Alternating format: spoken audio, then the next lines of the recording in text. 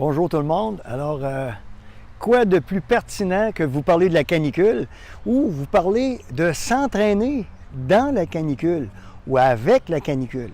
Alors, comme ça peut briser passablement un rythme d'entraînement quand ça arrive, on ne veut pas cesser, exemple ceux qui joguent, et vous avez un peu d'imagination, vous pouvez facilement croire qu'à l'endroit où je me trouve dans le moment, je ne sens pas la canicule de la même façon, puisque Galarno ne pointe pas sur moi, je suis à l'ombre, dans la végétation, où il y a déjà une fraîche qui est plus naturelle.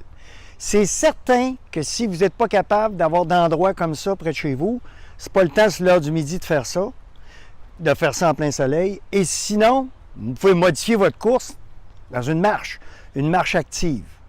On va vous parler de toutes sortes de problèmes qui peuvent arriver avec des coups de chaleur, avec le fait de trop s'hydrater. J'en ai parlé déjà avec vous autres. Il y a une chose qu'il faut être sûr, il ne faut pas manquer d'eau. Donc, il y a toutes sortes de petits gadgets qui se vendent. Là, je vous montre ça. C'est une petite ceinture qu'on place à la taille. Et vous avez vu qu'une fois à la taille, bien, vous avez vos contenants qui sont là. Et vous pouvez les utiliser au besoin. Une personne qui part pour une randonnée quand même assez longue.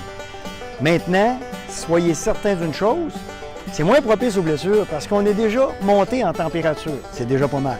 Si vous courez cependant dans un endroit qui n'est pas très apprivoisé, où on n'a qu'un sentier, qui n'est pas un sentier aménagé nécessairement, je vais vous montrer des images un peu plus tard là-dessus. Là, il faut être prudent parce que les chevilles, instabilité, ça veut dire que le coup d'œil ne se jette pas au loin. C'est très important de comprendre ça. Là. Le coup d'œil ne se jette pas au loin, mais se jette devant vous pour voir à l'endroit où vous posez le pied. Histoire de rester stable et rester bien dans son mouvement, toujours de façon sécuritaire pour assurer aussi un bon fonctionnement. Idéalement, il faut faire ça à des endroits où il y a un peu d'achalandage aussi, parce que si vous avez un problème dans le bois, il n'y a pas rien que les mouches qui vont vous aider. Et comme c'est pas ça qu'on veut, on veut être capable d'en profiter au maximum, c'est ça. Alors, je vais vous donner un petit exemple de sentier sur lequel on peut courir, qui se situe dans le parc de la rivière Montmorency, en haut des chutes Montmorency, sur la région de Québec. On pourra faire la même chose sur les plaines d'Abraham à Québec.